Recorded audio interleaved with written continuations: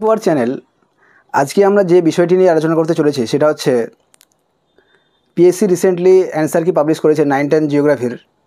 সেক্ষেত্রে কিছু কিছু অ্যান্সার আমরা দেখেছি যে সেক্ষেত্রে কিছু কিছু অ্যান্সার কনফিউজিং বা আমাদের ভুল মনে হয়েছে, যেগুলা পিএসসি আমাদের 20 তারিখের মধ্যে আমাদের সবাইকে চ্যালেঞ্জ করতে বলেছে। পিএসসি প্রতি কোয়েশ্চেনে 100 টাকা করে নেবে বলে। সেক্ষেত্রে তোমরা অনেকেই অনেক ইউটিউব ভিডিওতে দেখেছো যে আমাদের চ্যালেঞ্জ করতে বলেছে, কিন্তু কোন রেফারেন্স থেকে করব? অথেন্টিক রিসোর্স দরকার না? কারণ যে কোনো বাজারে তো অনেক ধরনের নোট পাওয়া যায়, সেই নোট থেকে তো কিন্তু চ্যালেঞ্জ করলে কিন্তু কোনো দিনও ওটা অ্যাকসেপ্টেবল হবে না। সেক্ষেত্রে আমাদের অথেন্টিক রেফারেন্স বই দিয়েই চ্যালেঞ্জ করতে হবে। তবে আজকের যে বিষয়টি নিয়ে আমরা আলোচনা করতে চলেছি, মেইনলি 3টা কোয়েশ্চেনকে নিয়ে আমাদের সকলেরই মনে কনফিউশন হয়, যে যেমন বারখান না ধ্রিয়ান ঠিক হবে, অনেকে বলছে কোর না আপার ক্রাস্ট, আপার ওশেনিক ক্রাস্ট ঠিক হবে। আর একটা কোয়েশ্চেন রয়েছে যে নিউপোর্ট না পোর্টল্যান্ড ঠিক হবে। এই যে কোয়েশ্চেনগুলোর অ্যান্সার আদৌ কোনটা ঠিক হবে, সেটা আজকের এই ভিডিওর মধ্যে দিয়ে আমরা স্পষ্টভাবে উইথ রেফারেন্স বুক দিয়ে আমরা জেনে যাব কোন বইয়ে কোনটা কীরকম রয়েছে। ঠিক আছে? তাই তোমাদের সকলকে আমি অনুরোধ করব, তোমরা সকলেই ভিডিওটি পুরোটাই দেখো, তোমাদের সকলের কাজে লাগবে। আজকের যে প্রথম কোয়েশ্চেনটি নিয়ে আমরা আলোচনা করব সেটা হচ্ছে গিয়ে যে ওশিয়ানিক ক্রাস্টের একটা কোয়েশ্চেন দেখবে তোমরা, ওশিয়ানিক ক্রাস্টের মধ্যে কোনটার ঘনত্ব সবথেকে বেশি, এরকম একটা কোয়েশ্চেন জিজ্ঞেস করা হয়েছিল না? অপশানগুলো তোমরা দেখলেই বুঝতে পারবে যে আদৌ এর অ্যান্সার কোনটা ঠিক হওয়া উচিত। কারণ যে এর কারণে অনেকজনেরই নাম্বারের হেরফের হয়েছে, কারো 2 নাম্বার কমে গেছে, কারো 1 নাম্বার কমে গেছে, কারো 1 নাম্বার বেড়ে গেছে। তো আদৌ কোনটা সায়েন্টিফিক, কোনটা ঠিক, সেই বিষয়টাই আজকে আমরা এই ভিডিওর মধ্যে দিয়ে জানবো। ঠিক আছে? দেখো, তোমরা কোয়েশ্চেনটা দেখতেই পাচ্ছ যে পৃথিবীর ভূত্বকের কোন অংশের ঘনত্ব সর্বাধিক, যেটা আমাদের 9-10 কোয়েশ্চেনে এসেছিল। ঠিক আছে? Which part of the earth's crust has highest density. ওরা কী দিয়েছিল পিএসসির অপশানগুলো? Continental crust, oceanic crust, mantle না কোর। অনেকেই পিএসসি আমাদের এখানে কোর নিয়েছে, কিন্তু অ্যাকচুয়ালি এটা কোর হওয়ার কথা না। কেননা আমরা যদি দেখি আমাদের ইন্টেরিয়র অফ দি আর্থকে মোটামুটি 3টি ভাগে ভাগ করেছেন বিভিন্ন বিজ্ঞানীরা, যেমন দ্য ক্রাস্ট হয়ে গেল, দ্য ম্যান্টাল হয়ে গেল, দ্য কোর হয়ে গেল। ঠিক আছে? কিন্তু আর্থ ক্রাস্টকে আবার 2টা ভাগে ভাগ করা হয়েছে, যেমন সিয়াল এবং সীমা, আপার ক্রাস্ট বা লোয়ার ক্রাস্ট, যেটাকে অনেকেই বলছে যে কন্টিনেন্টাল ক্রাস্ট বা ওশিয়ানিক ক্রাস্ট। ঠিক আছে? এই যে ক্রাস্টের নিচের পার্টটা তোমরা যদি দেখো, যে ক্রাস্টের নিচের পার্টে রয়েছে আমাদের ওশিয়ানিক ক্রাস্ট, যার ঘনত্ব সবথেকে বেশি, এবং বিভিন্ন বই রেফারেন্স বই কী বলেছে সেটা আজকে আমরা এই ভিডিওদের মধ্যে জানার চেষ্টা করব। ঠিক আছে? প্রথমে আমরা জেনে নিব মাজিদ হোসেন স্যারের বই থেকে। ঠিক আছে? যে মাজিদ হোসেন স্যার কী বলেছেন এই বিষয় নিয়ে তোমরা সকলেই দেখে নাও। এখনই আমরা উইথ পেজ নাম্বার প্রুফ সহ বলে দেব। দেখো, আর্থ ক্রাস্ট এই সেই বই। ঠিক আছে? তোমরা সকলে বইটা দেখে নাও, physical geography by fundamentals of physical geography 4th edition, doctor Majid Hussain. ঠিক আছে? তোমরা যদি লক্ষ্য করো 73 নাম্বার পেজে, ঠিক আছে, 73 নাম্বার পেজে দেখে নাও, চ্যালেঞ্জ করার সময় তোমরা দেখে নাও, 73 নাম্বার পেজ উল্লেখ করে দিবে। সেক্ষেত্রে বলা হয়েছে, the earth crust is generally defined as the part of the earth above the Mohorovicic discontinuity. মানে অ্যাটলিস্ট এটা তো আমাদের কনফিউশন দূর হয়ে গেল যে আর্থ ক্রাস্ট জিনিসটা কি। 3টা লেয়ারের মধ্যে আর্থ ক্রাস্টকে বলা হয় না। আর্থ ক্রাস্ট বলছে মোহরোভিসিস যে ডিসকন্টিনিউটি রয়েছে, বিযুক্তি রেখা রয়েছে, তার উপরের পার্টটাকে আমরা আর্থ ক্রাস্ট বলছি। এটা 2টা ভাগে ভাগ করা হয়েছে। দেখো, একটা হয়েছে ওশিয়ানিক ক্রাস্ট, আর একটা ওর উপরে রয়েছে যে একটা ওশিয়ানিক ক্রাস্ট হবে, একটা হবে গিয়ে তোমাদের কন্টিনেন্টাল ক্রাস্ট। ওশিয়ানিক ক্রাস্টের মধ্যে দেখো, ওশিয়ানিক ক্রাস্টের মধ্যে তোমরা যদি লক্ষ্য করো, এর ডেনসিটি যদি লক্ষ্য করো, ঠিক আছে, তাহলে তোমরা সকলে দেখতে পেয়ে যাবে যে 2.95 রয়েছে, এবং কন্টিনেন্টাল ক্রাস্ট যেটা সিয়াল সীমা দ্বারা গঠিত ওটা হচ্ছে 2.7। ঠিক আছে? তবে এক্ষেত্রে চেয়েছে যে ওশিয়ানিক ক্রাস্টের মধ্যে কোনটার ঘনত্ব সবথেকে বেশি। তাহলে অবভিয়াসলি 2.9 যেহেতু সীমা বা ওশিয়ানিক ক্রাস্ট রয়েছে, সেটার উত্তর হওয়া উচিত। ঠিক আছে? যেহেতু 2টা রেফারেন্স বলেছে, এটা আমরা একটা মাজিদ হোসেন স্যারের বই দিলাম। তোমরা সকলে জানো যে ইন্ডিয়ার ক্ষেত্রে যে জিওগ্রাফির অবদান মাজিদ হোসেন স্যারের অবশ্যই অনেক বেশি রয়েছে। Majid Hussain sir, Sabinder Singh sir, doctor Khullar, এনাদের যে কন্ট্রিবিউশন জিওগ্রাফিতে অসীম, বিশেষ করে ইন্ডিয়ান কনটেক্সটে। ঠিক আছে, তো এ হচ্ছে আজকের প্রথম প্রুফ এই কোশ্চেনের। যে দ্বিতীয় প্রুফটা আমরা আলোচনা করব সেটা হচ্ছে, তোমরা সকলে আগে প্রথম এটা দেখে নাও। যে প্রথম হচ্ছে এফজে মঙ্ক হাউসের বইটা তোমরা দেখতেই পাচ্ছ, the principles of physical geography, Platinum Publishers, edition দেখে নাও, এডিশনটাও লাগলে রাখতে পারে, 2009 সালে এডিশন। এফজে মঙ্ক হাউস এটা অনেকটা রিনাউন্ড বা ফেমাস একটা জিওলজিস্ট বা জিওমরফোলজিস্ট বলতে পারো তোমরা সকলে। ইনি কী বলেছেন ইনার বইয়ে, এটাও দেখে নিই আমরা। দেখো, ইনি স্পষ্টভাবে বলেছেন, interior of the earth, page নাম্বারটা দেখে নাও তোমরা, chapter 2 structure of the earth. এক্ষেত্রে ইনি বলেছেন, দেখো, the earth surface layer of the continent is composed mainly granitic rocks, মানে কন্টিনেন্টাল ক্রাস্টটা গ্রানাইটিক রক্স দ্বারা গঠিত, যার ডেন্সিটি অ্যাবাভ 2.65 to 2.7, যেটা মাজিদ হোসেন স্যারের বইয়ে পাওয়া গেল। Because of this rocks contain large proportions of the silica aluminium, ঠিক আছে, যেটা আমরা সিয়াল বলি। তার পরবর্তী যে বলেছেন, they are often refer to as collectively by group name by sial, ঠিক আছে, যেটা তোমরা সকলে জানো সিয়াল নামে পরিচিত। তারপরেরটা, শিয়ালের নিচে রয়েছে গিয়ে সীমা, ঠিক আছে, শিয়ালের উপর জাস্ট একটু নিচে তোমরা যদি লক্ষ্য করো, ও সীমা পেয়ে যাবে যে beneath the sial occurs a layer of denser rocks, মানে জাস্ট শিয়ালের নিচেই রয়েছে গিয়ে একটা ডেন্সার রকের লেয়ার, যেটার নাম হচ্ছে গিয়ে, আমরা সকলেই জানি যে বেসাল্টিক লাভা দ্বারা গঠিত, যার ঘনত্ব হচ্ছে 2.9। ম্যাগনেসিয়াম এবং আয়রন এর কন্টেন্টটা বেশি থাকে, এটাকে শিয়াল বলে। তো এই ক্ষেত্রে এটাই প্রমাণিত হলো যে ওশিয়ানিক ক্রাস্টের যে মানে ক্রাস্টের যে দুটো ভাগ রয়েছে, একটা কন্টিনেন্টাল ক্রাস্ট, একটা হচ্ছে ওশিয়ানিক ক্রাস্ট, এই দুটার মধ্যে যে কম্প্যারিজন যেহেতু কোয়েশ্চেনে চাওয়া হয়েছে, সেক্ষেত্রে আমাদের ওশিয়ানিক ক্রাস্টটাই হবে এর পারফেক্ট অ্যান্সার। ঠিক আছে, তোমরা এই দুটা রেফারেন্স দিয়ে অবশ্যই তোমরা চ্যালেঞ্জ করতে পারো, এটাই একদম সঠিক অ্যান্সার। এটা সকলে একটা প্রপার, যদি জিওগ্রাফি অনার্সের ছেলেকে তুমি জিজ্ঞেস করো বা প্রফেসরকে জিজ্ঞেস করো, অবশ্যই এটাই বলবেন, এক্ষেত্রে দ্বিমত হওয়ার কোনো ব্যাপার নেই। ঠিক আছে, কোর হচ্ছে কি earth crust, interior of the আর্থকে আবার তিনটা ভাগে ভাগ করা হয়েছে। ওই তিনটা লেয়ারকে যদি বলতো যে পার্টিকুলারলি তিনটা লেয়ারের মধ্যে কোন লেয়ারের ঘনত্ব সবথেকে বেশি, সেক্ষেত্রে নো ডাউট আমরা কোর দিতাম, কারণ 12.3 থেকে সামথিং 12.5 বা 6 পর্যন্ত কোরের বা নিফে বা যেটাকে আমরা বলি।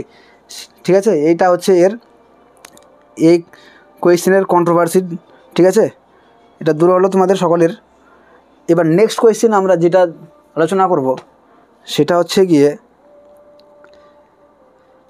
নেক্সট কোয়েশ্চেন হচ্ছে গিয়ে আজকের, এই দেখো, উত্তর পশ্চিম, তোমরা সকলে ভিডিওতে লক্ষ্য করো, উত্তর পশ্চিম আটলান্টিক উপকূলে অবস্থিত একটি প্রধান মৎস্য বন্দর কোনটি?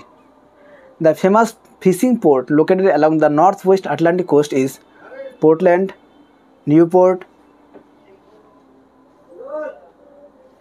কোনটা? ঠিক আছে, এক্ষেত্রে আমরা দেখো,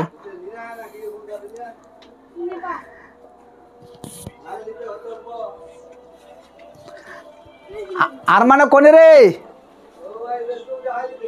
নেক্সট কোয়েশ্চেন হচ্ছে, উত্তর পশ্চিম আটলান্টিক উপকূলে অবস্থিত একটি প্রধান মৎস্য বন্দর হলো, এক্ষেত্রে যে আমাদের বোর্ড এসএসসি বোর্ড নিয়েছে পোর্টল্যান্ডকে ঠিক, কিন্তু সেক্ষেত্রে একটি কন্ট্রোভার্সি রয়েছে যে পোর্টল্যান্ড বা নিউপোর্ট কোনটা সঠিক অ্যান্সার হওয়া উচিত। আমরা উইথ প্রুফ দেখে নেব যে কোনটা সঠিক হওয়া উচিত। তোমরা সকলেই এই অ্যাটলাস বইটার কথা হয়তো স্কুল লাইফে সকলেই জেনেছো বা শুনেছো। অক্সফোর্ড স্কুল অ্যাটলাস বই 35 এডিশনের, এই বইয়ের আমরা যদি জাস্ট 92 পেজে বা 93 পেজে যাই, ঠিক আছে, যদি আমরা যাই দেখতে পাবো যে এদের লোকেশনটা কোথায় রয়েছে, স্পষ্ট করে দেওয়া আছে। হ্যাঁ, এক্ষেত্রে কন্ট্রোভার্সির বা কনফিউশনের কোনো ব্যাপার নেই, আমরা তোমাদের দেখানোর চেষ্টা করব। দেখো, এই সেই বই পোর্টল্যান্ড। দেখো, পোর্টল্যান্ড দুটি জায়গায় রয়েছে। হ্যাঁ, ওরেগন একটা প্রদেশ ইউএসের, এটা হচ্ছে প্যাসিফিক ওশিয়ান। তাহলে ইউএসের কোন পার্টে রয়েছে? ওয়েস্টার্ন পার্টে রয়েছে, প্যাসিফিক ওশিয়ানের ওয়েস্টার্ন পার্টে রয়েছে। ঠিক আছে, পোর্টল্যান্ড এটা। আর একটা পোর্টল্যান্ডকে তোমরা যদি আরেকবার দেখো, আবার আবার এই জায়গায় রয়েছে আটলান্টিক ওশিয়ানে, এই যে আটলান্টিক ওশিয়ান রয়েছে, এই যে দেখো মেইনে একটা ওনাদের একটা প্রদেশ বা রাজ্য রয়েছে, ওই রাজ্যের একটা জাস্ট উপরে কোনায় যে দেখো তোমরা সকলে দেখতে পেয়ে যাবে যে পোর্টল্যান্ড রয়েছে। হ্যাঁ, জাস্ট ওর নিচে তোমরা যদি দেখো পোর্টল্যান্ডের জাস্ট নিচে নিউ পোর্ট নামে একটা দেখো কথা রয়েছে। এই যে ওয়াশিংটন ডিসি ইউএসএ রাজধানী তোমরা সকলেই জানো, জাস্ট ওর নিচে তোমরা যদি একটু লক্ষ্য করো দেখো নিউ পোর্ট রয়েছে, এখানে রয়েছে ফকল্যান্ড আইল্যান্ড। ঠিক আছে, ফকল্যান্ড আইল্যান্ড, তারপরে এদিকে ল্যাব্রাডোর স্রোত আর গালফ অফ স্ট্রিম এখানে গিয়ে মিলিত হয়ে নিউ ফাউন্ডল্যান্ড যে মৎস্য ক্ষেত্রটা রয়েছে এখানে গড়ে উঠেছে মেনলি। ঠিক আছে, তো এক্ষেত্রে যে কন্ট্রোভার্সিটা এটা হচ্ছে যে যেহেতু আটলান্টিক বলেছে, নর্থ ওয়েস্ট আটলান্টিক বলেছে, এক্ষেত্রে দুটো পোর্টে যেহেতু দুই সাইডে রয়েছে, একই সাইডে রয়েছে, সেক্ষেত্রে পিএসসির উচিত যে দুটাকে ঠিক নেওয়া, কারণ যে দুটাই একই জায়গায় রয়েছে জাস্ট উপর নিচে, এবং নিউ ফাউন্ডল্যান্ডের কাছাকাছি রয়েছে, দুটি জায়গায় আটপাশেই একটা প্রধান মৎস্য বন্দর গড়ে উঠেছে। ঠিক আছে, এই রেফারেন্সটা দিয়ে তোমরা একদম ক্লিয়ার কাট এই বইয়ের রেফারেন্স পেজ নাম্বার দিয়ে তোমরা চ্যালেঞ্জ করতে পারো সকলে। ঠিক আছে, আজকের যে নেক্সট কোয়েশ্চেন হচ্ছে আমাদের যে রাজস্থানের মরু অঞ্চলের বায়ুর সঞ্চয়কার্যের ফলে গঠিত বালিয়াড়িগুলি কী নামে অভিহিত করা হয়। ঠিক আছে, the dunes form through the aeolian depositions in the Rajasthan desert regions are known as barchan, না সিফ, না ধ্রিয়ান, না ইয়ারদান। ঠিক আছে, দেখো ইয়ারদান তো প্রথমে আউট, কারণ এটা ক্ষয়কার্যের ফলে গঠিত ভূমিটা তো হবেই না, এর গল্প এখান থেকেই শেষ। মেন কন্ট্রোভার্সি হচ্ছে বারখান নিয়ে আর হচ্ছে ধ্রিয়ান নিয়ে। দেখো মরু অঞ্চলে কিন্তু বিভিন্ন ধরনের বালিয়াড়ি গঠিত হতে পারে, ট্র্যাভার্স বালিয়াড়ি বা বারখানও হতে পারে, যেটা আবার লঙ্গিটিউডিনাল বা সিপ বালিয়াড়িও হতে পারে। তবে এক্ষেত্রে বারখান ঠিক হবে, না সিপ হবে, না ধ্রিয়ান হবে, এটা হচ্ছে মেন বিষয়। ঠিক আছে, আমরা আজকে এই বিষয়টি তোমরা সকলেই জানো, এই বইটির কথা মনে পড়ে তোমাদের সকলের, সেই মাধ্যমিক ভূগোল বসু মল্লিকের নবম দশম শ্রেণীর পাঠ্য বিষয়। ঠিক আছে, তোমরা যারা সকলেই 9, 10, 12, 13-তে 2009, 10, 12, 13-তে যারা মাধ্যমিক দিয়েছো সকলে এই বইটা পড়েছো। এই বইয়ের তোমরা যদি জাস্ট 146 নম্বর পেজে দেখো, ঠিক আছে, 146 নম্বর পেজে কী বলা হয়েছে, 146 নম্বর পেজে এটাই স্পষ্টভাবে বলা হয়েছে যে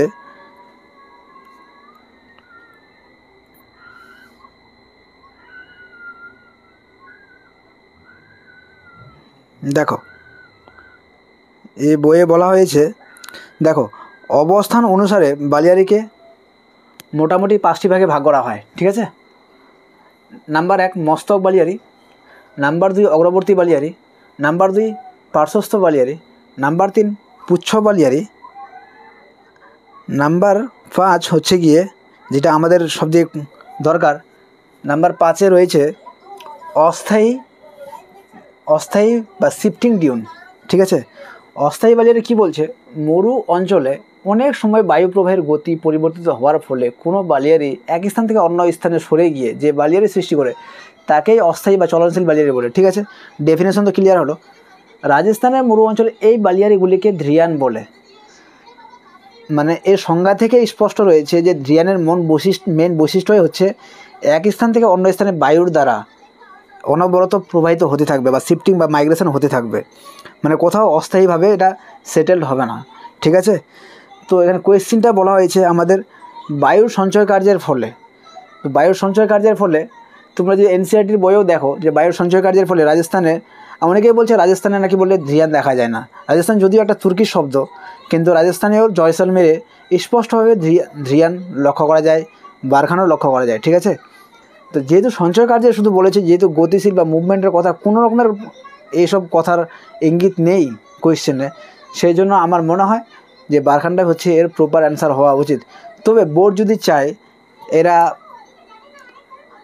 দুটাকেই নিতে পারে, কারণ যেহেতু কন্ট্রোভার্সি রয়েছে, কারণ যে একজনকে নাম্বার দিয়ে অন্যজনকে হতাশা বা নিরাশ করার মতো হয়তো মনে হয় না বোর্ড করবে, যেটা আমাদের প্রাইমারি 2022 সালে বা 23 সালে যেটা হয়েছিল, সেক্ষেত্রেও সবাইকে নাম্বার দেওয়া হয়েছিল যে সমস্ত কন্ট্রোভার্সি রয়েছে কোয়েশ্চেনে।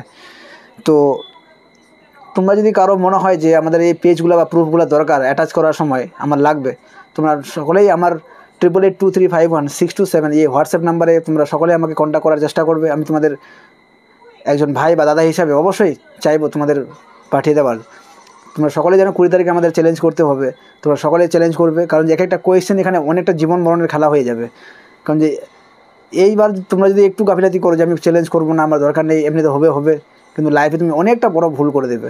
সেই জন্য তোমাদের সকলকে অনুরোধ আমার, সকলেই চ্যালেঞ্জ করবে, পিএসসির উপর দাবাব ডালো, মানে এতটা প্রেসার ক্রিয়েট করতে হবে সোশ্যাল মিডিয়ার মাধ্যমে যেন সকলকে পিএসসি সেই সমস্ত কন্ট্রোভার্সি কোয়েশ্চেনে আমাদের নাম্বার দিতে বা সকলকে নাম্বার দিতে বাধ্য হয়। কারণ যে এই সমস্ত কোয়েশ্চেনের অ্যান্সার সঠিক নয়, কোনটা সঠিক কোনটা ভুল আমাদের কারোই জানা নেই, ঠিক আছে। সেই জন্য আমাদের সকলকে এই বিষয় নিয়ে আমাদের সজাগ হতে হবে, পিএসসিকে অবশ্যই আমাদের চ্যালেঞ্জ করতে হবে। তোমরা সকলেই ভালো থেকে ভালো করে পড়াশোনা করো, ইন্টারভিউর জন্য প্রিপারেশান নাও, আর প্রয়োজন মনে হলে অবশ্যই আমাদের চ্যানেলটিকে সাবস্ক্রাইব করে নিও। Thanks for watching this video, have a nice day. ঠিক এরকমই ইন্টারেস্টিং ভিডিও নিয়ে আমি আসবো, আবারও আসবো, নিশ্চয়ই আসবো। তোমরা সকলে ভালো থেকো, পাশে থেকো, হ্যাভ এ নাইস ডে।